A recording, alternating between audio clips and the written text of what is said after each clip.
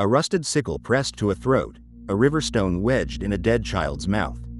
Europe buried its fear with hardware. Why did that feel rational to people living beside physicians and, later, forensics? The trail begins far earlier than Gothic fiction. In Mesopotamia, figures like Lilitu were blamed for stealing life at night.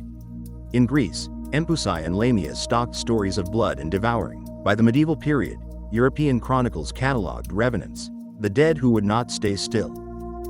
Then, in the early 1700s, fear hardened into paperwork. In provinces of the Habsburg Empire, officials and military surgeons filed reports from villages on the frontier. Two names repeat in modern accounts of those files: Peter Plogojewicz in 1725 and Arnold Paulet between 1726 and 1732. Bodies were exhumed. Skin looked pink. Mouths appeared wet with blood. The remedy was to stake, decapitate, or burn. The Enlightenment did not ignore this. Dom Augustin Calmet, a Benedictine scholar, published a 1746 treatise that sifted reports on revenants and vampires. He questioned contradictions and sought natural causes. Centuries later, Paul Barber would show how post-mortem physics can masquerade as predation. Archaeologists like Matteo Barini would unearth graves that look like instructions against a return. Yet something resists a neat closure. If science can explain what observers saw, why did entire communities act as if the dead were hunting them? And why do archaeologists keep finding graves that look like anti-vampire devices? Archival reports will speak in the tone of administrators. Forensic analysis will strip the shine from a fresh corpse. Diseases will step from the footnotes into the scene. Then a harder layer appears, where cognition and ritual weld fear into action. We will put a sickle on a neck and ask what did, not only to the dead, but to the living. We will follow Calmet's skepticism, Barber's biology, and Barini's trowel. The answer that emerges will not flatter superstition. It will show why the figure survived. At a village edge, under the authority of a local official, men open a grave. The date on the report is 1725, the name attached as Peter Plogojewicz. The body inside does not match the idea of death. The skin seems taut, the lips damp, the belly swollen. Someone says the nightmares started after his funeral. People are sick. A rumor lands on a precise claim. He has been feeding. The group turns observation into procedure. A stake is brought. A blow. More fluid spills from the mouth. Confirmation, to their eyes. Later, a physician notes the details. He does not write like a zealot. He writes like a witness trained to measure, who then reads the signs through the only model that fits the fear of the hour. Centuries earlier, the scaffolding for that model was set. Mesopotamian Lilitu, Greek Empusai and Lamia, women demons who drain or devour, fused blood, night, and predation. In medieval Europe, as Jean-Claude Schmitt has shown, tales of revenants did social work. They policed behavior, reinforced doctrine, and warned of consequences. The revenant was not just a monster, it was a tool of order, and a mirror of anxiety. By the 1700s, the revenant takes on anatomy. He is not a shade but a corpse with weight. He leaves marks. He can be stopped by violence to the body. That shift makes the grave a courtroom. A corpse can be examined like a suspect. And yet, one fault runs through the scene. The tools of measurement and the template of interpretation do not match. Educated observers log accurate, gory details. But they lack a physics of decay. This misfit pulls us to the next phase, where the body's post-mortem behavior explains the spectacle, but does not yet explain the crowd. Start with the strongest ground. In 1988, Paul Barber described in exact terms how body decomposes. Gases expand the abdomen. Pressure forces dark, blood-like fluid up the throat and into the mouth. Skin dehydrates and retracts, exposing more of the teeth and making them look longer. Hair and nails do not grow. The skin around them shrinks, which creates the illusion that they have. Now place that in a cold, clay-rich soil. Archaeologists, including Matteo Barini in work on Italian and Polish sites, show how cool, low-oxygen graves can slow decay. The flesh may look preserved. The face may keep color that would be gone in heat. To exhumation team, this looks like incorruptibility, or worse, like recent feeding. Add the acoustics of gas release. When a stake or blade punctures, pressurized air and fluids can move through the throat and produce a sound. Reports mention groans when the chest is pierced. Barber's point is blunt. The body makes that sound because of chemistry. not intent, yet to an audience keyed to agency, the corpse seems to react. Next, the mouth. Liquids that resemble blood are not evidence of a meal, they're the effect of purge fluid mixed with hemolyzed blood. In the 1700s, observers did not have the microbial or chemical model to parse that. They wrote what they saw. The misinterpretation came after the measurement. Diseases supplied the rest of the script. In 1985, David Dolphin argued that forms of porphyria, with extreme photosensitivity and anemia, could have contributed features to the legend. The theory provoked debate because it cannot explain the entire folklore, but it shows the medical impulse to map symptoms to story. Epidemics have a stronger fit. Catherine T. McCarthy and Mark M. Davis examined how plague or tuberculosis could be read through a vampiric lens. Pale skin, weight loss, hemorrhage, sudden death, and a pattern of cases clustered around a family or a house, to a fearful community that looks like a predator moving host to host. Neurology adds behavior. David E. Jones and Juan Gomez Alonso pointed to rabies, aggression, biting, hydrophobia, and a terrifying course from infection to death. An outbreak during a period of poor veterinary control would create a vivid model for a creature who spreads illness by the mouth.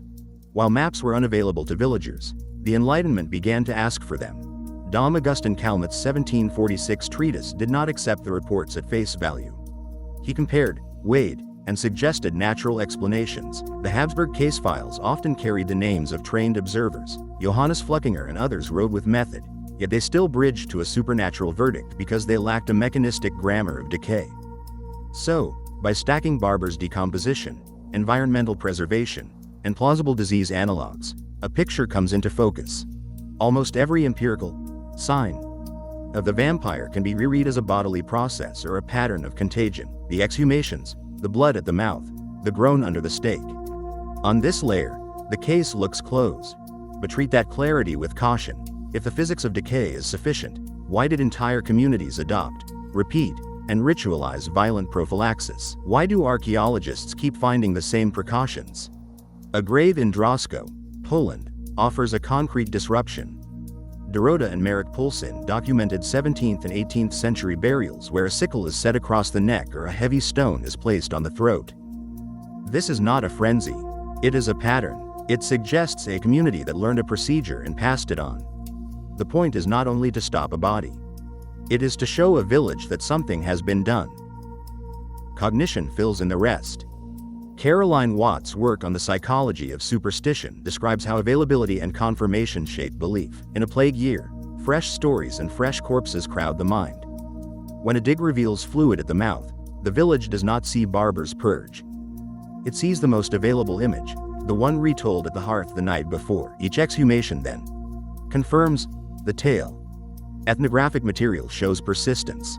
Michael Bell's studies of folk murder narratives and more recent fieldwork in parts of Eastern Europe record that fear of the revenant is not a fossil. Rites and warnings still appear. That survival tells us the belief offered more than a wrong diagnosis. It offered a contract. If we perform these acts, the threat will stop. In chaos, a contract is priceless. There is also trauma. War, famine, and epidemic are not backdrops. They are engines. They overload grief rituals, flood burial grounds, and break ordinary frames of meaning. In that noise, the mind privileges agency. A predator is easier to fight than chance. This complication does not erase Barber or Calmet. It makes their work necessary but insufficient. Bodies explain the data, and communities explain the insistence. Now put those layers back onto the ground. In 2012 near Sozopol, Bulgaria, excavators uncovered two medieval skeletons pinned with iron implements. Bozidar Dimitrov, then head of the National History Museum in Sofia, interpreted them as anti-vampire measures. The spectacle went viral, but beneath the headlines was a sober point. The iron fixed the dead in place. It also told the living their fear had been met. In the Polish necropolis at Drosko, the sickle and the stone repeat as a method. They are positioned with purpose, at the throat, at the mouth. The tool of harvest is repurposed into a safety device. The idea moves across time and soil, carried by the memory of outbreaks and bad deaths. Near Kamień-Pomorsky, a medieval grave revealed a body decapitated, the skull placed between the legs. The message is anatomical. The head will not rise to bite. The body will not assemble. It is not a legal sentence. It is a public health theater in an age without germ theory. Further south, at Lugnano in Teverina, Matteo Barini's team studied a 5th century child interred with a stone lodged in the mouth. The context was a severe malaria outbreak. The interpretation does not claim a vampire in the strict sense. It shows a shared logic. Stop the mouth. Stop the spread. The stone becomes a gag against imagined contagion. In Venice, Barini also examined a burial popularly dubbed the woman vampire, found with a brick pressed into the mouth. Again, the details line up. Mouth blocked, fear contained, ritual performed. Across these cases the rhythm changes. We are not only reading fear, we are reading procedure. The dead body is wired into the social circuit of risk. The tipping point arrives here. The vampire is less a creature to be hunted and more a template to coordinate action when explanation runs out.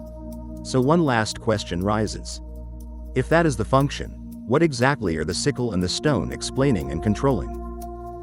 Return to the grave, the sickle, the stone, the iron. Barber shows us why the corpse looked alive. Calmet shows us how to doubt a sensational report. Barini and the Poulsons show us how the living answer to fear they could touch but not parse. Caroline Watt shows us the mind that selects the vampire as the best fit story under stress. The contradiction resolves. Vampire belief persisted not because people could not see, it persisted because they saw too much, too vividly, without a model to hold it. A swollen body that groans under the stake is intolerable if it is only chemistry. Make it a predator, and a village can fight it, regulate it, punish it, and agree on what to do next. This is a convergence, not an alibi. Epidemics staged the drama, decomposition supplied the props, cognition wrote the cues. Ritual turned it into collective action. No single disease explains every tale, and not every brick in a mouth meant the same thing. But the pattern holds. The vampire is a cultural technology for managing death, contagion, and dread. When the senses are flooded and the stakes are mortal, communities reach for agentive stories that convert bewilderment into rules. The vampire is one such story. It polices bodies and boundaries, turns funerals into checkpoints, and gives terror a lever. That is why the figure endures in imagination long after forensics close the old cases. It still offers a clean trade. Give the unknown a face, and you can build a plan around it. The cost is error. The gain is order. In a field in Poland, the sickle's edge has dulled. The stone in an Italian child's mouth is smooth from the earth. They no longer restrain the dead, restrain our amnesia, reminding us how the living negotiate with fear when the night presses close. Welcome to Mysteria Mundi.